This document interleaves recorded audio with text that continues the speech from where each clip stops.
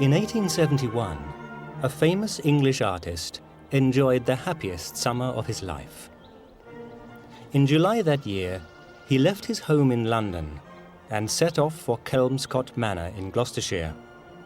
Accompanying him was his beloved mistress. Not only was she a married woman, she was married to his friend. In the weeks that followed, the two lovers took advantage of the idyllic rural setting and the fact that her husband was out of the country to revel in their passionate affair. The lovers were Jane Morris, wife of the English socialist William Morris, and Dante Gabriel Rossetti. At the time, Rossetti was 43 years old, successful and famous. Though he chose not to exhibit in public, his finest works were well known to the connoisseur. Rossetti was admired for his medieval watercolors and for his many pictures of beautiful women. He was also appreciated for his work as a poet. But he was perhaps best known for his role in the Pre-Raphaelite Brotherhood, a secret society whose bold aim was to free the British artist from the shallow conservatism of academic painting. Ultimately, the Pre-Raphaelite Brotherhood fell apart, and this would also be the fate of its most famous member. After his idyllic summer in Gloucestershire, Rossetti's health and mind deteriorated rapidly.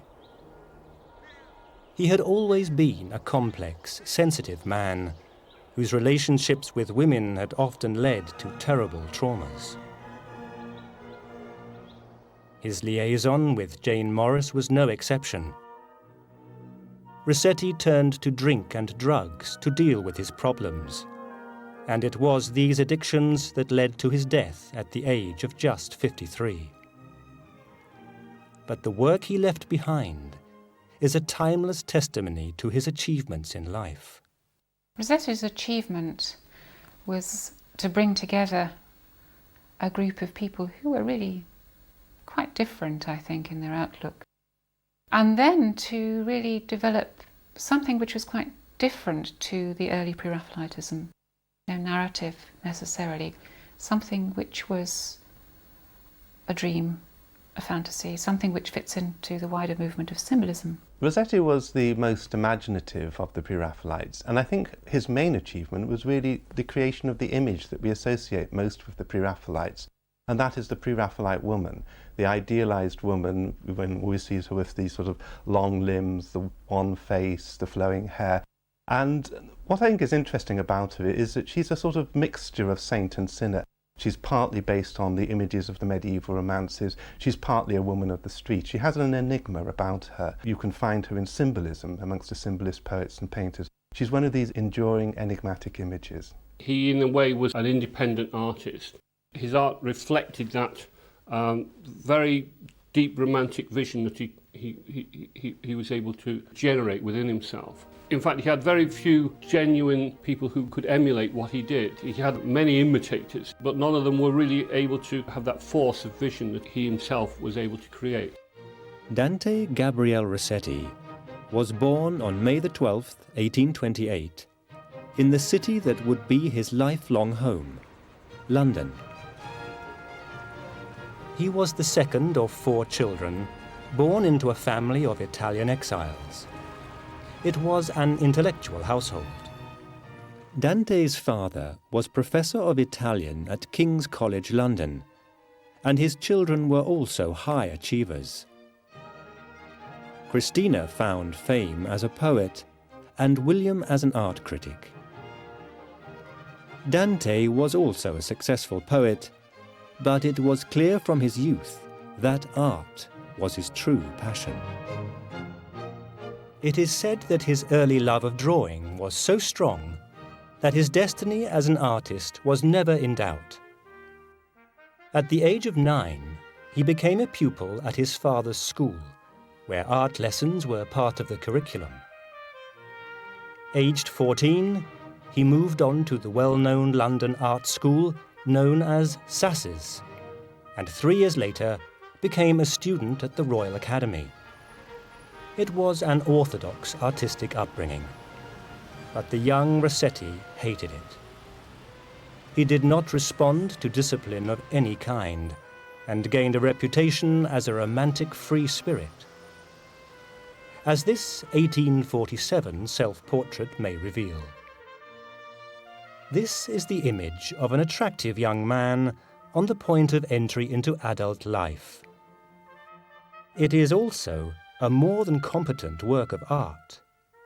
But at the time it was drawn, Rossetti was still considering a career in poetry. So he wrote to the famous poet and critic Leigh Hunt, asking for advice. When Hunt replied that it was easier to survive as a painter than as a poet, Rossetti decided to earn his living as an artist, but he never gave up poetry completely. By writing to Leigh Hunt, the young Rossetti revealed his bold self-confidence. This was apparent again in March 1848, when he wrote to the painter Ford Madox Brown, asking to be taken on as a pupil. History Hit is a streaming platform that is just for history fans, with fantastic documentaries covering fascinating figures and moments in history from all over the world. We aim to bring you only the most dramatic and fascinating stories of the past through our award-winning documentaries. Find out about the rise of leaders such as Cleopatra and Napoleon in our latest offering of exclusive documentaries. Sign up now for a free trial, and Perspective fans get 50% off their first 3 months. Just be sure to use the code PERSPECTIVE at checkout. Rossetti paid Brown so many compliments that he assumed the young man was having a joke at his expense. Immediately, he rushed round to the Rossetti home armed with a club to teach the joker a lesson. Only then did he realize that the young artist was genuine. So, in the summer of 1848, Rossetti became a student at Brown's studio. But their master-pupil relationship would be brief. The rebellious Rossetti found formal training by Brown to be just as hard as that on offer at the Academy. But it was the Academy that Rossetti disliked most. He saw it as a conservative institution that championed the dull, conservative painting dominating the British art market. Rossetti hated this worthy academic approach, and he found 2 fellow students who shared his view: John Everett Millais and William Holman Hunt. Rossetti, Hunt and Millais had in common was really the things they disliked. They disliked the materialism of the modern world. They disliked the pedantry of the Academy. They disliked all the painters who would do pictures of glossy animals and pretty women and people like that. And so I think it was really more that they were reacting against something, and this was the idea to move away from something. They were more united by that than they were by some other common ideal. The PRB painters felt that art needed to be revitalised. It needed to go back to a more simple form of presentation. They looked back to artists whose work was more from the Quattrocento school, the Pre-Raphaelite painters. And Raphael was regarded as the epitome of art at the time, the artist who one should emulate. It was a revolutionary art movement that wanted to sweep away the kind of painting that people had become used to. There was some argument about what they were going to call themselves, some discussion, I should say. One of the first suggestions was that they should call themselves early Christian artists, I think it was. But this was put to one side because it was too religious, really, a title. What they were doing by choosing that title was saying that they were deliberately looking back to a period in art which was heartfelt, truthful, something which went to nature, observing minutely, closely everything, rejecting nothing, selecting nothing. To keep the society a secret, they decided to refer to it by the initials of its name, and we can see these initials on Rossetti's first great oil painting, The Girlhood of Mary Virgin, P.R.B. Every bit of that painting has some kind of meaning, not just the figure of Mary herself, who of course is Christina Rossetti, his sister. It's the dove, it's the lily, it's the books, it's all those different things which will tell you about the nature of Mary, her character. She's wearing grey, she's seated in profile, she's looking in a very kind of demure, very modest way, as you would expect. She is not showing any particular emotion. It's a very quiet image. It's an image of ideal femininity, and it's one that fits in very well, I suppose, to a Victorian idea about what women were about at the time. The colouring is bright and vivid, and there is a strong element of symbolism whose meaning is revealed in 2 Rossetti poems, which were attached to the frame of the canvas. All through his life, Rossetti continued to accompany his visual art with verse. First and foremost, Rossetti was as much a poet as he was a painter. He saw, I think, the two things as interchangeable. The idea of creating an image, which was both a visual image and a poetic image, all in one together, became a natural course for him, so that he would construct frames and put his poetry on the frame. And he would construct images that reflected his poetic ideas. So this was all part and parcel of the same thing as far as he was concerned. He was somebody who was absolutely enthused by poetry, by Italian poetry, by the poetry of Dante and Boccaccio, by the English poetry of Keats, for example. He's trying to bring out certain narratives and feelings which may not necessarily always be there in the painting itself. It's interesting to me that, of course, he was looking at Blake early on, and I think that kind of romantic interrelationship between text and image is something which is very peculiar to Rossetti. It's not unusual for artists to put text into their paintings or to put text into the frames of paintings, but Rossetti does it in a more sustained way. In 1849, at the age of 20, Rossetti showed The Girlhood of Mary Virgin at London's Free Exhibition, and it sold for 80 guineas. His career was now underway, and so was the Pre-Raphaelite Brotherhood. In late 1849, the expanding society began to publish its own journal, known as The Germ, which provided an outlet for Rossetti's poetry. Early in 1850, he began his next project in paint, The Annunciation. But before the canvas was ready for exhibiting in the spring, the meaning of the mysterious initials P.R.B. leaked out into London's art establishment. The result was little short of an outrage. When the Pre-Raphaelite Brotherhood was revealed to the world, when people found out what this PRB meant that they were sticking on their pictures, it was really quite a shock, quite a horrified response. I think this was because it was in 1848 and it was a time of revolution in Europe, and they were seen as a kind of subversive group.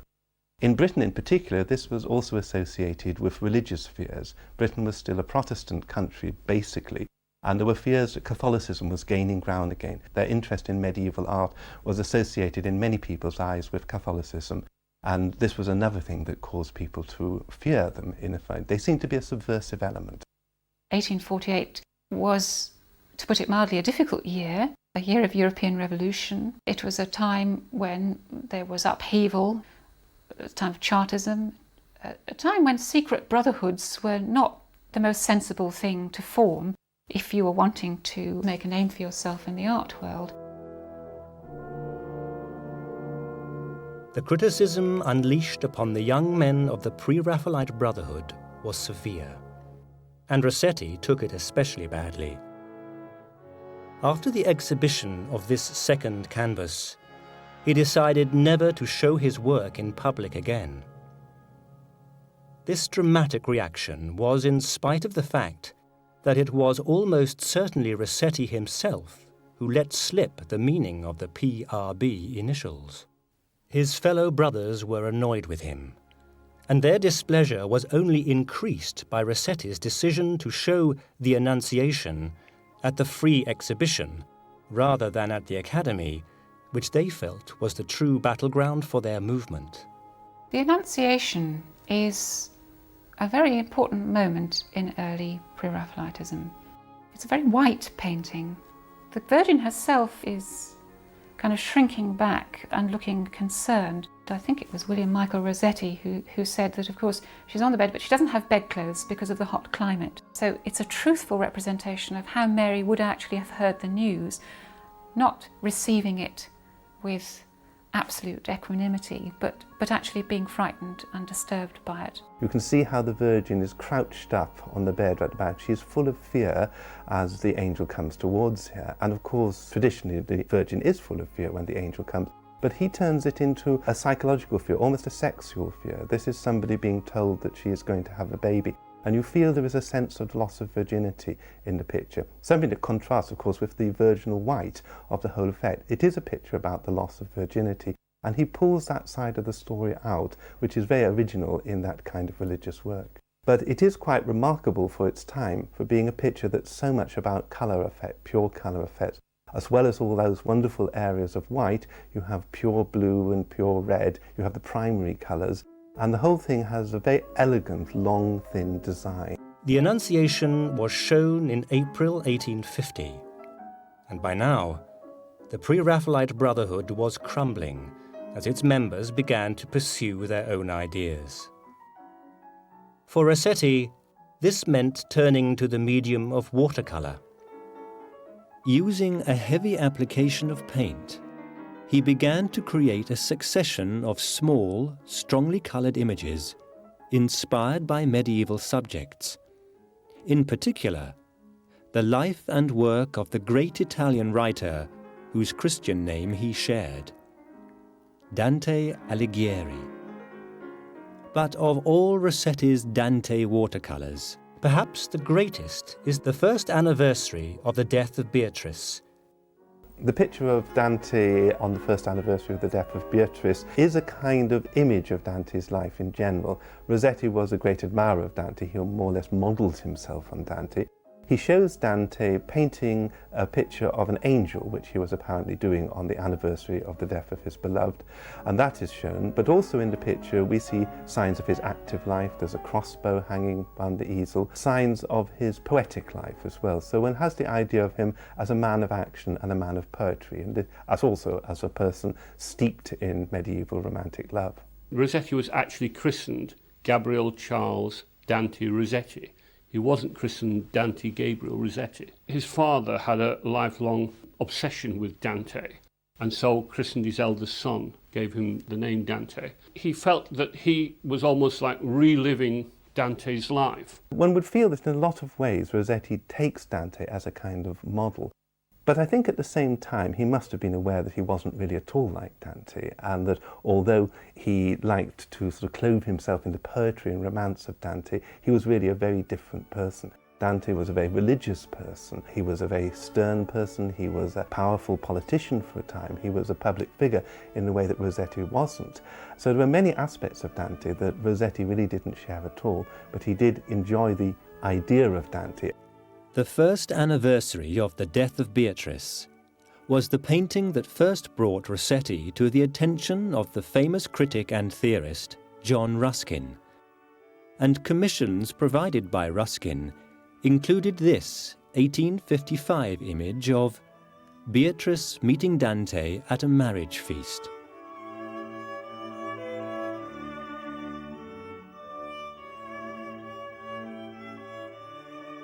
The great Italian himself can be seen in the background of a mysterious picture, which again captured the admiration of John Ruskin. Ruskin coming into the defence of the Pre-Raphaelite with his letter to the Times and then his pamphlet on Pre-Raphaelitism was an extraordinary moment. That meant that they had got behind them somebody who was a real force, who could really act as a mouthpiece for them and refute other criticisms coming in. So to get Ruskin's backing was very, very useful at this particular juncture. For his paintings of the human figure, Rossetti typically used models drawn from his circle of family and friends, a custom that would remain with him throughout his professional life. In his first 2 oil paintings, the Virgin was modelled by his sister Christina. In his 1850s watercolours, it was his lover whose features he depicted time and time again. This was Lizzie Siddal, a London shopgirl who met Rossetti around 1850. Here, we can see Lizzie Siddal as the girl who inspired a passion in Dante very similar to that experienced by the artist named after him. Lizzie can also be seen in this watercolour completed in the same year. Here she represents Rachel in another scene inspired by the work of Dante. Rossetti was not the only artist to know her, but it was Rossetti who became Lizzie's long-term partner. By 1854, the unmarried couple were living together in London. It was an unusual relationship. Rossetti obviously adored the girl whom he referred to as Guggums, but his love was somehow idealized. It was as if he couldn't bring himself to relate physically to the object of his desire. Throughout the 1850s, watercolour paintings like this secured Rossetti a growing circle of admirers. But his developing career was not without its setbacks. This canvas, depicting a fallen woman and her former lover, represents Rossetti's only attempt at depicting contemporary subject matter. The artist's failings in perspective are obvious, and Rossetti never completed the work. The 1850s also saw him struggling with debt, in spite of Ruskin's often generous financial support. So in 1854, as a favour, Rossetti agreed to teach art at the Working Men's College in Oxford, where Ruskin was also a teacher. However, Rossetti was as unsuccessful as a teacher as he had been as a student. On those occasions when he did turn up for classes, he simply ignored technical disciplines like perspective that he struggled with himself. But the 4 years that he taught in Oxford were significant, for it was around these medieval buildings that he met 3 important new associates. Edward Burne-Jones and William Morris were 2 undergraduate friends at Oxford who had started a literary magazine together. They were also admirers of Rossetti's work. Burne-Jones wrote in praise of the first anniversary of the death of Beatrice, while Morris was passionate about this 1854 watercolour, a medieval scene inspired not by Dante, but by the tales of Arthurian legend. Here we see Lancelot and Guinevere meeting for the last time beside King Arthur's tomb. At the time, the Arthur tales were hugely popular in England. The works of Tennyson contributed strongly to this, and it was Tennyson's work that inspired a remarkable Rossetti image from 1859. With this watercolour depicting Sir Galahad at the ruined chapel, the artist's mastery as a colourist may have reached its most dramatic expression. Rossetti's painting of Sir Galahad does have wonderfully rich colours in it, and it has almost the effect of a tapestry in some ways. Rossetti was very fond, as we know, of medieval art, medieval design, and he used to like to have both colours that were vivid but deep, so they had a sort of deep richness to them, and they tended to be interwoven. You can see the colours turning up again in different parts of the pictures. So I think it is the sort of wonderful sort of harmonies that he creates that is so important. Rossetti's enthusiasm for Arthurian subjects was short-lived, more or less coinciding with his years teaching in Oxford. On the whole, this was a happy time for him, as he shared his passion for all things medieval with his friends Burne-Jones and Morris. It was during his time in Oxford that Rossetti met the girl who would become the true love of his life, Jane Burden. In time, his feelings for her would consume his entire being, and she would inspire many of his greatest paintings. But in 1859, Rossetti found himself back in London full-time, where he continued to live with his beloved Lizzie.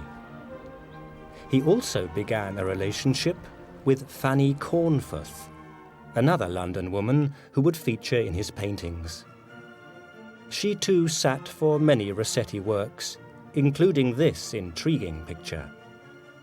Bocca Basciata was nominally inspired by the work of the medieval poet Boccaccio. It marked his return to oil painting and reveals his talent for creating images of beautiful women. The kissed mouth does act as a prelude to an obsessive treatment of the subject of woman in his painting, which lasts until the end of his life. It's responding to a demand for that kind of painting again. You could see it as a Pre-Raphaelite response to the keepsake picture, a picture of a pretty woman. But of course, Rossetti fills the frame with his images of women, the head and the shoulder. If there's anything in the background, it's close packed. So they're crowding in on you, as you would see almost a face in a dream. And I think it would not be wrong to see his continuing taking of chloral, of drugs, as something which produces this kind of repetitive, obsessive image. By the time Rossetti reached middle age, his artistic output consisted of nothing but pictures of women.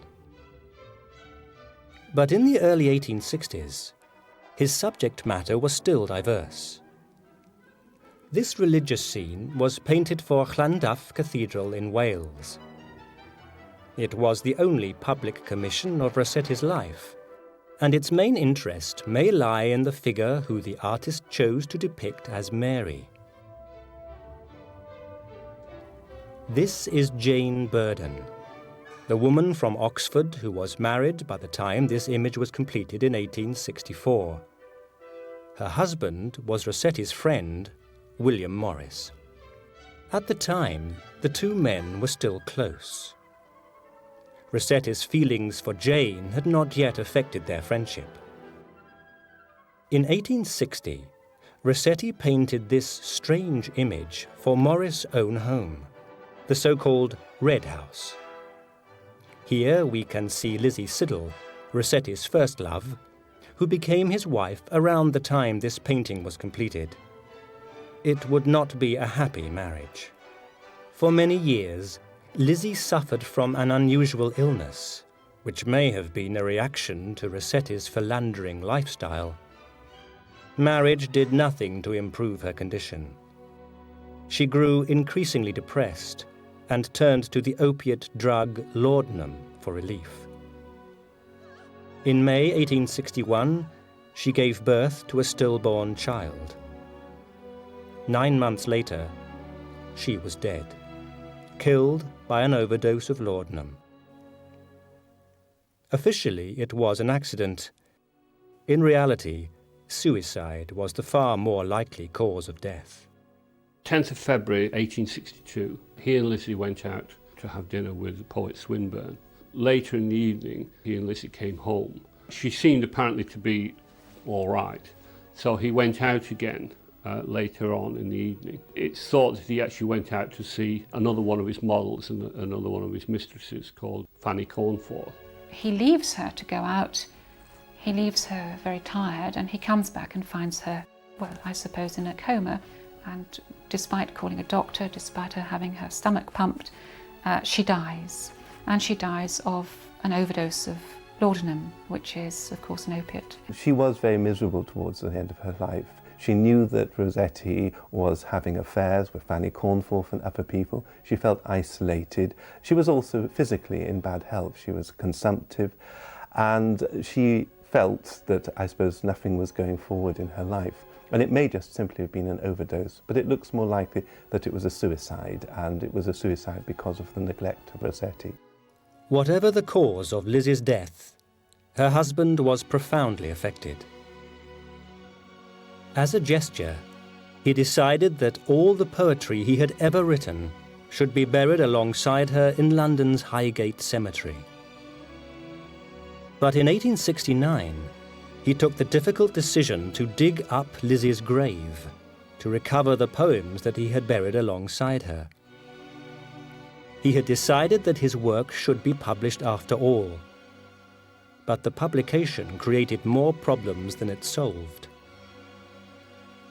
One particularly strong critical reaction to his anthology left him deeply depressed, and he turned towards drink and drugs to drown his sorrows.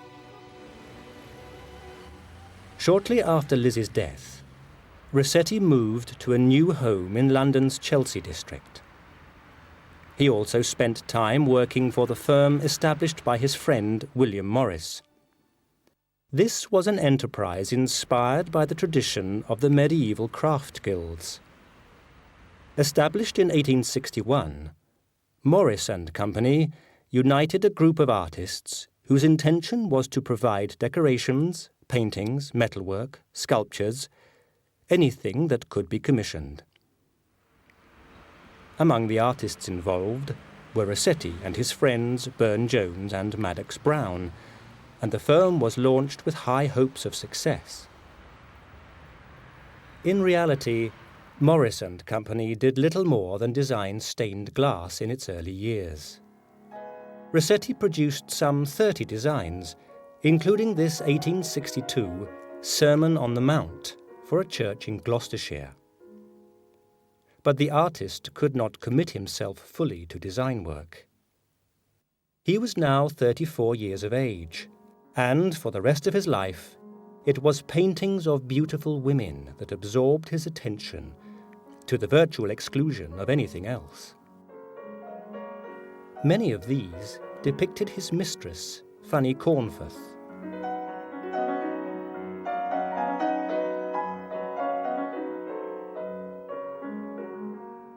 In The Blue Bower, from 1865, we see her set against a background of intricately patterned design.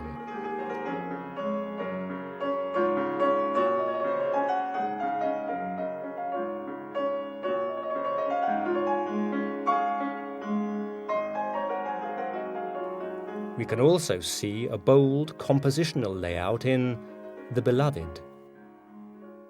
With this canvas, Rossetti sought to arrange the component figures in the shape of a rose. The Beloved herself forms the centre of the flower, with her attendants arranged around her like petals. Some critics have argued that the overall effect is technically flawed, and it would be an unlikely master who would use this canvas in a lesson for teaching the art of perspective. But it is difficult not to admire the colour, beauty and freshness of a painting that remains amongst the best-known pictures of the artist's career. With pictures like this, and this equally famous work, the Monna Vanna, Rossetti created timeless images of femininity that reflected his own longing for the ideal female figure. I think Rossetti's paintings of women are most striking because of the combination that it has of the saint and the sinner. It is the extraordinary mixture, the image that later on gets taken up by the symbolists and used as the image of the femme fatale. I admire the technical skill of them. I think they are wonderful. The way in which he can really convey the idea of a richness of surface, a pearliness of skin, a particular sheen on the hair, and contrast that with an exotic, strange costume. The image they provide of women is really of a woman as an object, of a woman as a beautiful flower, a woman as a troublesome being. It's a fantasy, obviously, it's a fantasy. And in some ways it's a very oppressive fantasy. Once one thinks of the history of the Pre-Raphaelites, think of the tragic life of Lizzie Siddal, think of Jane Morris, these people were turned into these idealised figures, and you feel they didn't have much say in the matter. When this image was completed in 1866, its painter was an increasingly wealthy man. The canvas itself gives us an indication of this. The model is Alexa Wilding, a London girl who Rossetti was able to employ on an annual retainer fee. His works now sold for hundreds of pounds. In 1867 alone, he earned £3,000. Remarkably, he was still in debt. This partly derived from his love of collecting objects. Antique furniture and Chinese porcelain were just two of his passions. He also built up a menagerie of wild animals that included buffalo, deer, peacocks, raccoons, and, most bizarrely of all, a wombat, for whom the artist developed a genuine affection. But there was another, darker reason for Rossetti's debts. He was already a heavy drinker, and in the later 1860s he began to turn to drugs. To help him sleep, he took chloral hydrate, an anesthetic that did him far more harm than good. As early as 1867, he began to exhibit signs of paranoia. He also became convinced that he was going blind, despite the reassurance of his doctors. He still mourned for his dead wife, and his grief found expression in his art.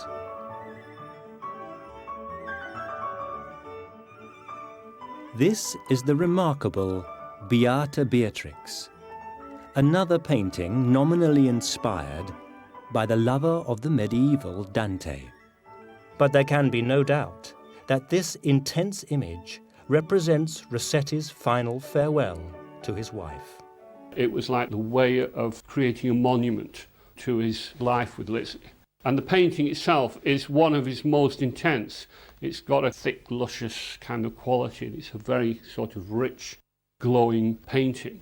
The figure of Beatrice in the foreground, and you have the figure of Love and Dante to either side of her in the background, with a view, of course, of Florence in the far distance. The painting is obviously about Elizabeth Siddal's death. The fact that she is being shown at the moment that she moves from earth to heaven, that kind of ecstatic moment of release of the soul from the body, is obviously about death, and the reference to the poppy is obviously about laudanum, and there's no question. All the documentary evidence is that this is a painting about Elizabeth Siddal. As the years went by, Rossetti became increasingly obsessed with Jane, the wife of his friend William Morris. Many suspect that Rossetti had encouraged Morris to marry so that Jane could remain close to his own circle. When the Morrises moved to a new London home in 1865, it meant that Jane and Rossetti were physically closer than ever. Jane posed for Rossetti on many occasions, and with portraits such as Reverie from 1868, the artist hardly disguised his feelings for the sitter. But we can also identify a recurring feature of Rossetti's art. With images like this, and the dramatic Study for Pandora of 1869, we can see his mastery of a highly technical aspect of portraiture, the painting of hands.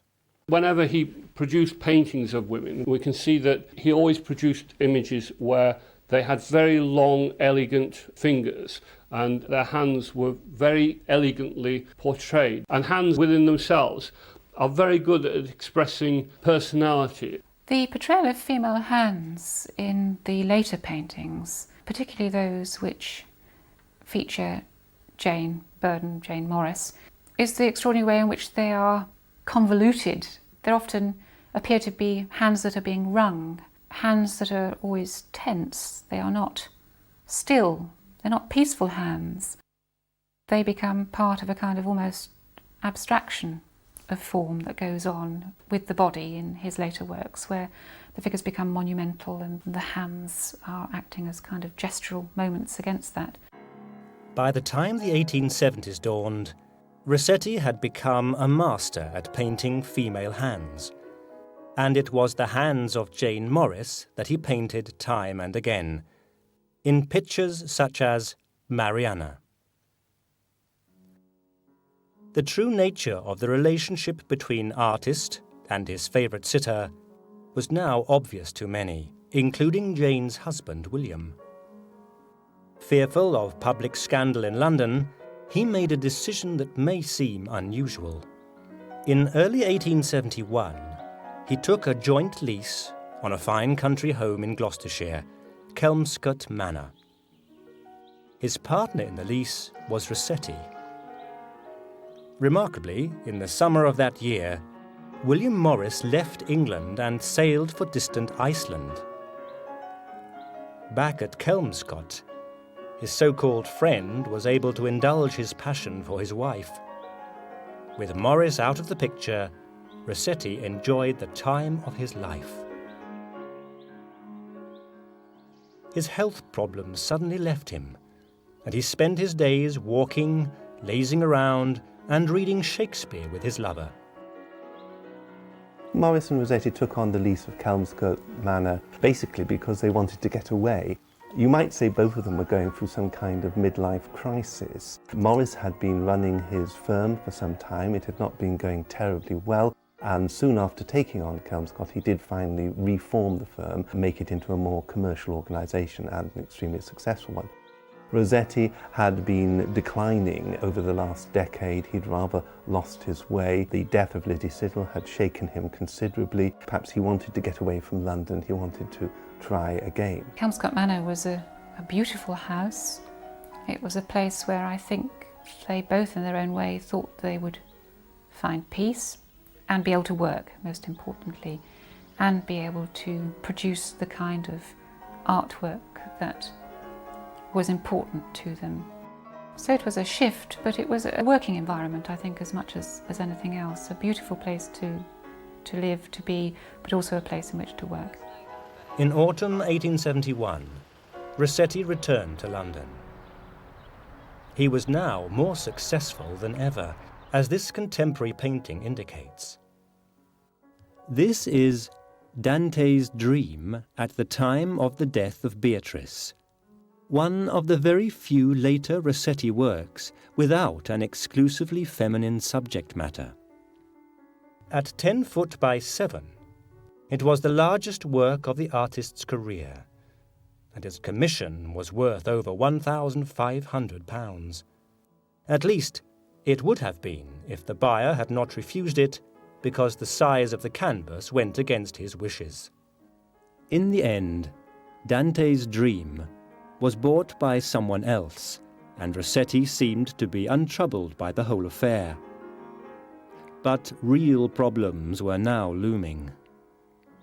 Just weeks after his idyllic summer, Rossetti was plunged into despair and depression. In June 1872, he took an overdose of laudanum. Though he survived, the 44-year-old artist was now an increasingly pathetic figure. His addiction to chloral hydrate had reached desperate proportions, and the false comforts of the whiskey bottle only accelerated his decline. Increasingly, he found it difficult to work. But when he did, the results were as impressive as ever. For this 1874 canvas, he chose to depict the mythical figure of Proserpina. But we can see immediately that this is yet another study in the features of his lover, Jane Morris. In something like Proserpine, for example, where the figure is standing against that shaft of light coming from the upper earth, the hands are kind of turned in on the body and holding a pomegranate, fruit of death. It's not an illustration to text, and text isn't an explanation of image. It's the visual and the written coming together at one moment, which is, I think, very important. A lot of the imagery that Rossetti uses in his poems is extraordinarily visual. It's the imagery of a painter anyway. So there is an absolute correspondence, if you like, between the two art forms. This 1877 canvas reveals a similar inspiration. Here we see Astarte Syriaca, the love goddess of the Syrians as posed for by Jane. It remains one of the most memorable works of the artist's career, and was recognized as such when it was completed. It is ironic that as Rossetti's health declined, his works sold for greater sums than ever before. The businessman who bought this imposing image paid a price of £2,100 for what turned out to be a final masterpiece. Astarte Syriaca is one of the grandest of Rossetti's late pictures. It's a picture which is based on Jane Morris. She is the model, and she's shown as a very powerful figure there. She's meant to be this Assyrian goddess, and she seems to have some of that kind of power, a little bit like the Mona Lisa, somebody who sort of knows all the evils of the world and has a face that is full of sorrow as well as full of beauty.